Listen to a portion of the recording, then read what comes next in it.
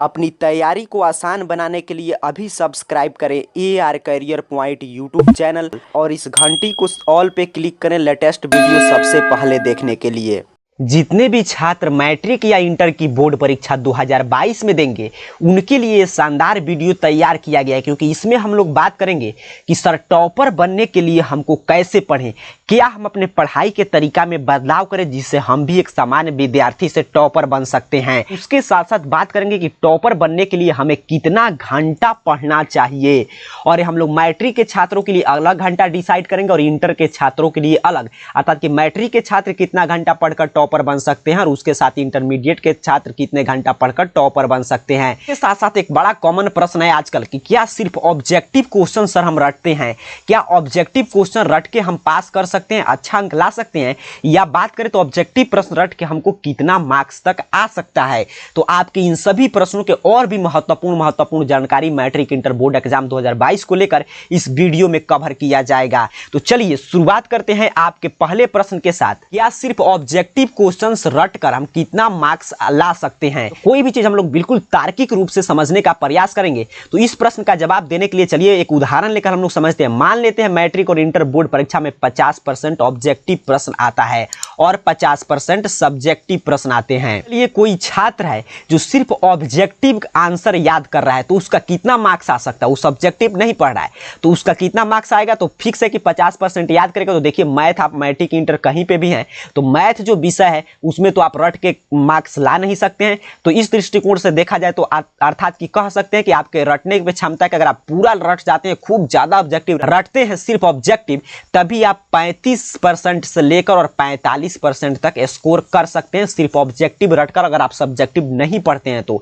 अगर कोई छात्र सोचिए सब्जेक्टिव याद कर रहा है तो वो कितना स्कोर कर सकता है? तो इसको समझने के लिए देखिए जो छात्र सब्जेक्टिव याद कर रहा है, सोचिए ऑब्जेक्टिव उसमें इंक्लूड है, क्योंकि ऑब्जेक्टिव आता कहां से है? सब्जेक्टिव प्रश्न से ही। तो जो सब्जेक्टिव की तैयारी कर रहा है, सब्जेक्टिव याद कर रहा है, तो उसके साथ क्या होगा कि उसका सब्जेक्टिव भी 50% तैयार हो गया और ऑब्जेक्टिव सब्जेक्टिव से बाहर होता नहीं है। अगर उसका अंडरस्टैंडिंग पावर ठीक है, वो अच्छा से सब्जेक्टिव प्रश्न याद किया है, तो उसके ऊपर डिपेंड करता है वो 60% से लेकर और 99% तक जितना कॉन्सेप्ट समझा है वहां तक स्कोर कर सकता है। अब बात करते हैं कि ऑब्जेक्टिव रटना चाहिए कि नहीं। तो देखिए सीधे ऑब्जेक्टिव नहीं रटना चाहिए, और अगर आप ऑब्जेक्टिव नहीं रटते तब भी काम नहीं चलेगा, क्योंकि देख रहे हैं ऑब्जेक्टिव की संख्या बढ़ते हुए जा रहा है। तो उसका क्या तरीका है कि पहले कोई भी चैप्टर आप पढ़िए। जैसे मैं उदाहरण के तौर पर बात करूं, मैं उदाहरण के लेकर यहाँ पे समझा रहा हूं, आपको सिर्फ इस बात को समझना है। जैसे किसी छात्र को मान लीजिए विद्युत आवेश पढ़ना है, उसके पास दो ऑप्शन है कि वो ऑब्जेक्टिव का बुक उठाया, विद्युत आवेश के सारे ऑब्जेक्टिव रट गया तो फिर उसका स्कोर इसी के बीच में रहेगा, या उस कॉन्सेप्ट को समझ लिया तो इतना तक स्कोर कर सकता है। क्योंकि जैसे ही आप विद्युत आवेश पढ़ेंगे तो आपको क्या पढ़ना पड़ेगा? इलेक्ट्रॉन के प्रवाह के दर को हम लोग विद्युत आवेश कहते हैं।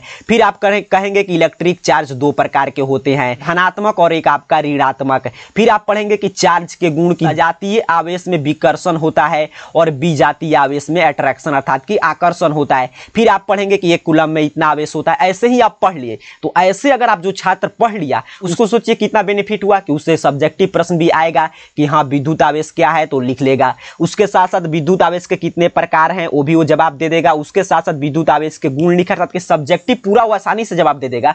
और ऑब्जेक्टिव कहां से आएगा? आपने भी ऑब्जेक्टिव तैयारी किया तो क्या रटा? आपने भी यही रटा। तो जो सब्जेक्टिव रटा है वो ऑब्जेक्टिव का भी जवाब दे देगा कि हाँ एक कूलम में कितना आवेश होते हैं, आवेश कितने प्रकार के होते हैं, सजातीय आवेश में क्या होता है। तो यहां से उम्मीद करता हूं आप मेरे बात को समझे होंगे। अगर आप ऑब्जेक्टिव रटते हैं तो सिर्फ आप ऑब्जेक्टिव का ही जवाब दे पाएंगे, लेकिन अगर आप सब्जेक्टिव रटते हैं आप ऑब्जेक्टिव और सब्जेक्टिव दोनों का जवाब दे पाएंगे। तो क्यों ना हमको रटना है तो हम सब्जेक्टिव ही रटे। तो अब प्रश्न क्या ऑब्जेक्टिव साफ नहीं रटना चाहिए? ऐसा मेरे कहने का मतलब नहीं है। सिर्फ आपको कोई भी चैप्टर पढ़ना है, उसके बाद उसके कॉन्सेप्ट को समझना है यदि आपको टॉपर बनना है तो, और उसके बाद उस पूरे कॉन्सेप्ट को पढ़ने के बाद ऑब्जेक्टिव प्रश्न सिर्फ आपको खुद से बनाने का अभ्यास करना है। और अगर आप सब्जेक्टिव अच्छा से समझ लिए तो ऑब्जेक्टिव आपका हर एक प्रश्न का आप जवाब दे देंगे। अगर कुछ प्रश्न का जवाब नहीं आता है, क्योंकि कुछ ऑब्जेक्टिव टाइप प्रश्न अलग से पूछे जाते हैं, तब उनका आंसर आपको एक दो का याद कर लेना है। आगे बढ़ते हैं दूसरा नंबर प्रश्न जो सबसे महत्वपूर्ण है कि सर कितना घंटा पढ़कर हम टॉपर बन सकते हैं, टॉपर स्टूडेंट कितना घंटा पढ़ते हैं? तो देखिए इसका कोई सही और सीधा जवाब नहीं है,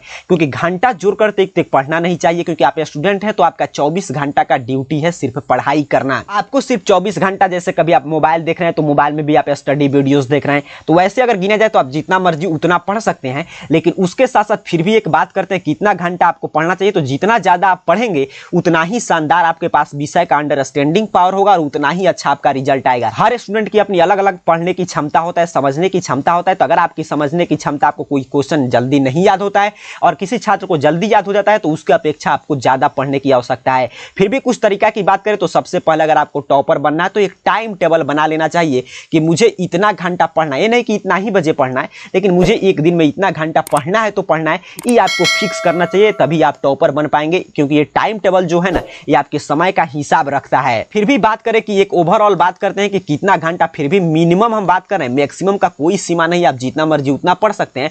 लेकिन मैट्रिक के छात्र को कितना पढ़ना चाहिए, तो इस समय स्कूल कोचिंग क्लासेस बंद है, तो आपको कम से कम मिनिमम की मैं बात बता रहा हूं कि अगर आपको टॉपर बनना है तो 7 से 8 घंटा पढ़ना ही चाहिए। क्योंकि सोचिए मिनिमम आपको 5 से 6 सब्जेक्ट का एग्जाम देना है, एक एक घंटा देंगे तभी 6 घंटा हो गया। क्वेश्चन बैंक सिलेबस समझने में 1-2 घंटा आप नोट्स बनाने में लगाएंगे, तो कोई भी समय ज्यादा नहीं होता है। 7 से 8 घंटा आपको पढ़ना ही चाहिए। इंटरमीडिएट के छात्रों की बात करें तो आजकल आपके कॉलेज बंद है, उसके साथ साथ आपके ऑफलाइन क्लासेज भी बंद है, तो इसको देखते हुए आपको कम से कम 10 से 12 घंटा पढ़ाई करना चाहिए ही किसी भी हाल में। इंटरमीडिएट के छात्र के पास तो काफी विकल्प रहता है कि आप इंटर की तैयारी कर रहे हैं, उसके साथ यदि आप पीसीएम ग्रुप से हैं तो आप आईआईटी की तैयारी कर रहे हैं, एनडीए की तैयारी करते हैं। अगर आप पीसीबी ग्रुप से हैं तब तो आप उसके साथ साथ नीट को कवर करने का प्रयास कर रहे हैं। उसी तरह कॉमर्स के छात्र तो सीएस सीपीएमटी जैसे एग्जाम के क्वालिफाई करने का प्रयास कर रहे हैं, तो आपको तो 10 से 12 घंटा कम से कम पढ़ना ही चाहिए। मैंने आपको एक मिनिमम बता दिया, अगर आपको टॉपर बनना है तो इस रूप में पढ़ना पड़ेगा। आगे आपकी मर्जी, जितना ज्यादा पढ़ेंगे उतना ही शानदार रिजल्ट आएगा।